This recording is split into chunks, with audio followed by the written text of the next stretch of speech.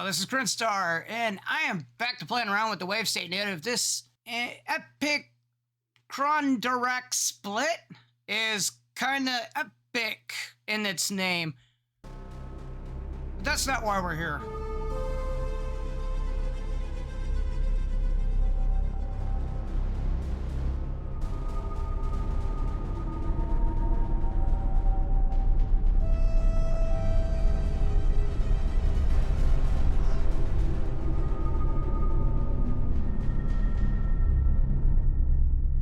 Is a lot of noise for this particular preset. I just wanted to. I'm gonna actually make a filter effects that kind of emulates the turntable thing that I have. It has a filter effects. It has 4 buttons, and depending on what you pick, it'll do certain things to the filter. So your tunes will, while you're spinning and scratching and stuff like that, the effects will give extra kind of, well, obviously filter effects to the music that's playing, but I kind of wanted to emulate that in Bitwig using a XY coordinate system. So first what I want to do is grab something to first filter. So I was looking wave state native and I found that and I was like blown away. So let me record something real quick.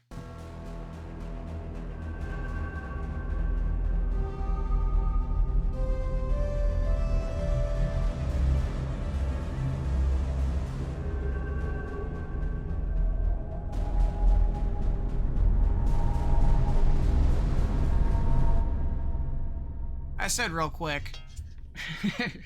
All right, with that done, I'm going to now focus on playing around with filters. So what I want to do is I want to do I want to FX grid, and I want to put I think the wave state native in the post effects here. Now I don't mess with FX grid a whole lot, but what I wanted to do is I wanted to kind of post filter out something. Actually, I need it in the pre, now that I think about it. I need it in the pre. So what I'm going to do is I'm going to create a filter, and then over here in the modulators, I'm going to create a XY modulator. And basically what this is going to do is this is going to increase the X or to increase the Y. Let's do it.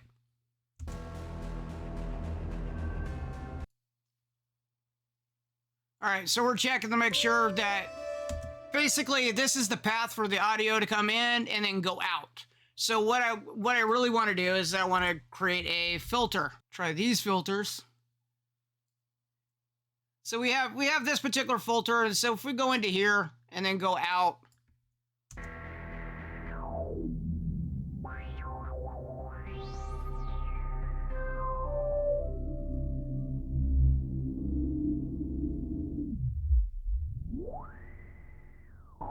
I can actually get a lot of use out of that one phrase that I wrote and be able to mess around with this filter and get some really cool movement and motion and evolving type of sounds, and I don't have to create more phrases or stuff like that. I could just use that and get a whole lot of more mileage out of there. And basically when I move this up and down, I kind of want to create a preset to create some effects that enable or disable depending on this XY slider right here or in between. So what I want to do is I want to have something that allows this to turn on and off depending on, or basically I want actually a couple of them going. So let me go and do some math here. Let me do an add. And I kind of want to duplicate this. And so realistically, the path is going to go up here, the path is going to go down there, and then they're going to go together.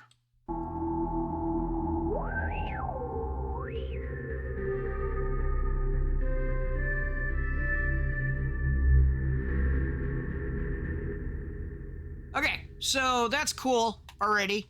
So now what I want to do is I kind of want it steps. And the reason why I want steps is I want to kind of mess with this right here. So realistically, I kind of want it all down. This is a low pass, and so it's going to create sort of a trance gate.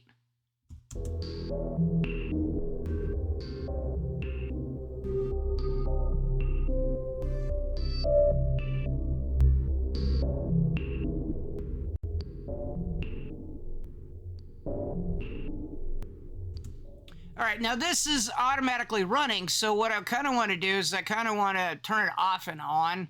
So let's see if we could do that with a level.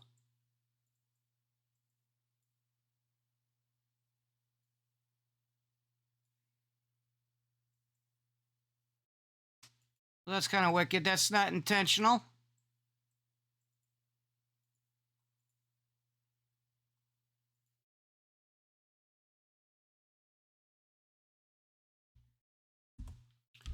No. There we go. Pre-chord. We want a IO phase, so we want a phase in. So what we could do is we could sit there and then have this phase, and when it's connected, it runs a normal thing, but when it's disconnected, it doesn't. And the way that it connects, realistically, is we want this FX grid to say, hey, if we go with the X all the way up, we kind of want to start turning it on, and we want to start using this phase a bit more. So we need to figure out how to turn off and on that logic.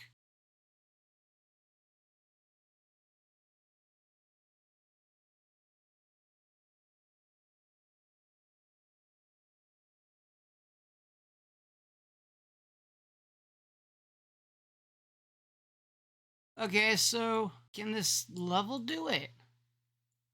Or no, not level, value. Oh, that's kind of cool.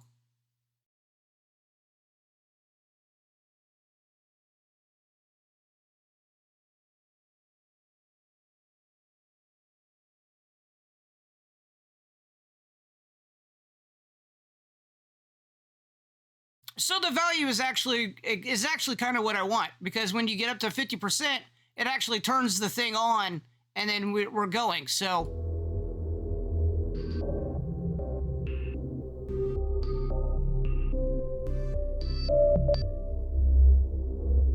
that's cool. So now we can take this X and we can map it to value.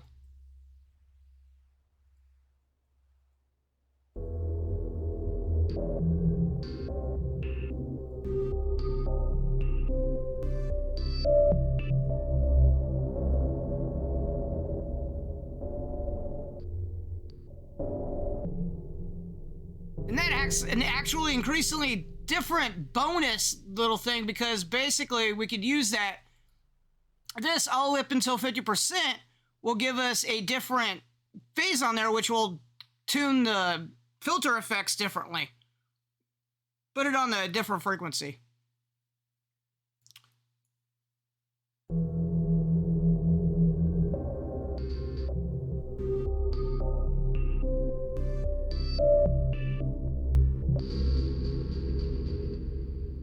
That's actually really cool. Okay, so we got one of them done that we want. Now we're gonna try for doing the Y level. So we can kind of do the same setup. I like that. So if we do this value, and then we set a select in, so we need to do the mix, and this select in has two sources, and one is off. Or we can, this one actually has it filtered in, and that's why this moves. So we could do the same thing. And then the second one will be driven by the duplicate of the pulse here.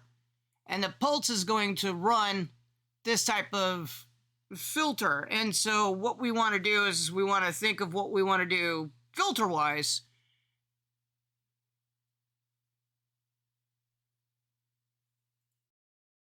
Honestly, let's just do kind of a randomized LFO, and then instead of having it run off of the thing, let's just go in here. Actually, technically, no, I'm wrong. We can do the same thing. Duplicate, go on here, go over to here, go over to here. And that turns it off. And then we could do sort of bars. I like the bars, and I wanted to go over 4 bars. And then what we could do is, again, we're going to go fully high, and then we go down low.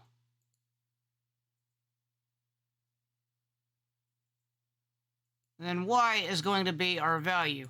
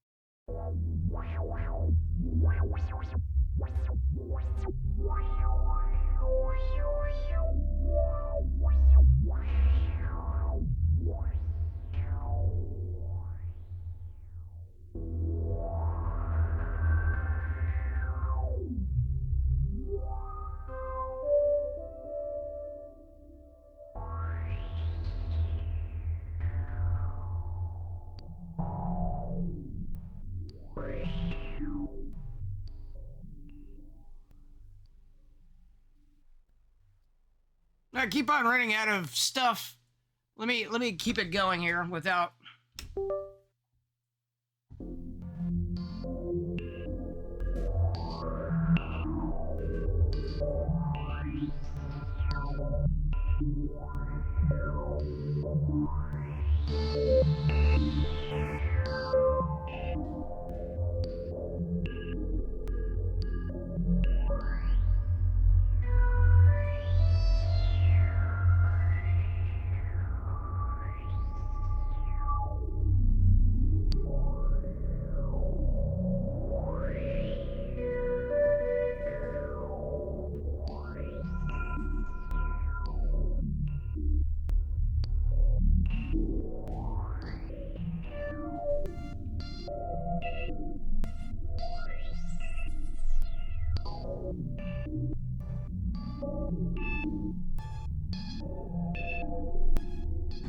Okay, now all you have to do is randomize these two, and you got sort of a generative kind of thing going on that creates a sound that you could play and loop over and over, and it kind of sounds cool. If you're into that style of kind of low, chill, or spacey lounge.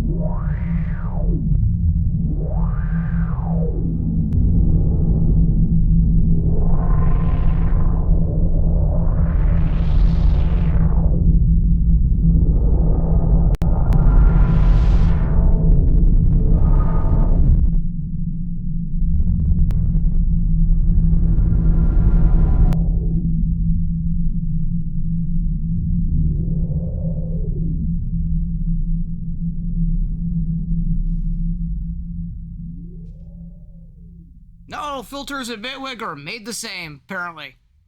Either way, you can come up with some really cool stuff. Now, you could probably add yet another XY or duplicate or maybe a button and bypass these two and then go with a different set of filters through there. Or duplicate this whole thing and do an XY layer, FX layer that this is a part of. And then you can do this to actually literally move them around. And I think you can use this to, yeah, you can.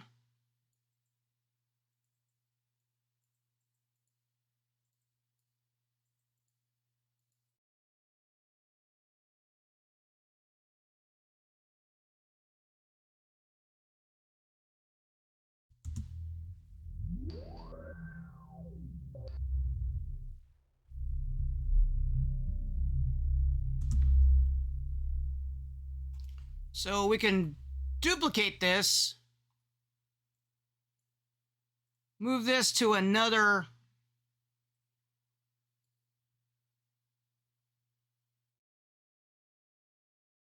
change the keys, do it again.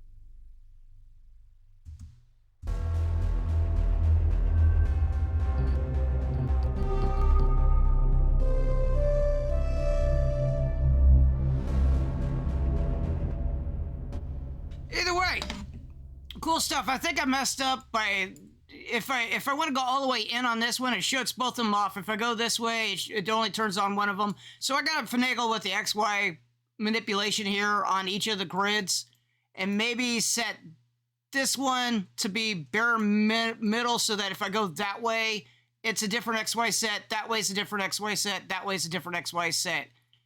And what you do is you put this in the middle, and then you go to each, and so like D right here, and then go to how this is being manipulated.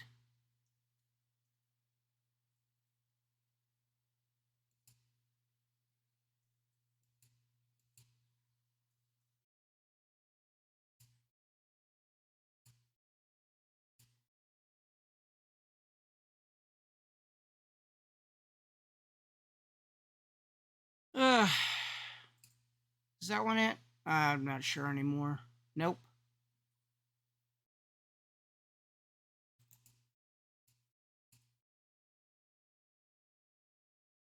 Because I'm on the wrong one.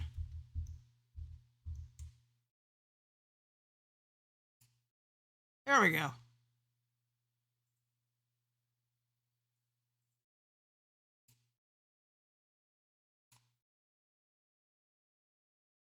There we go. So if this is at dead center, so we can put this one here and this one here.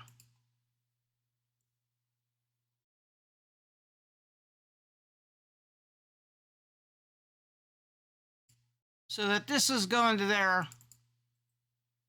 And then on this one, we'd have to flip them around, because what we want is we want negative XYs here, or positive XYs. So Y goes positive, X goes negative.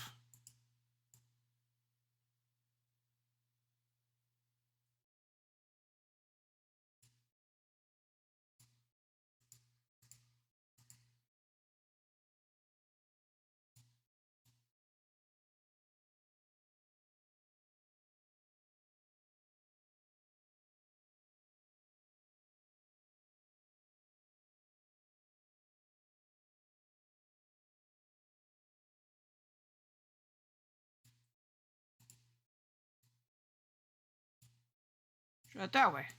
There we go.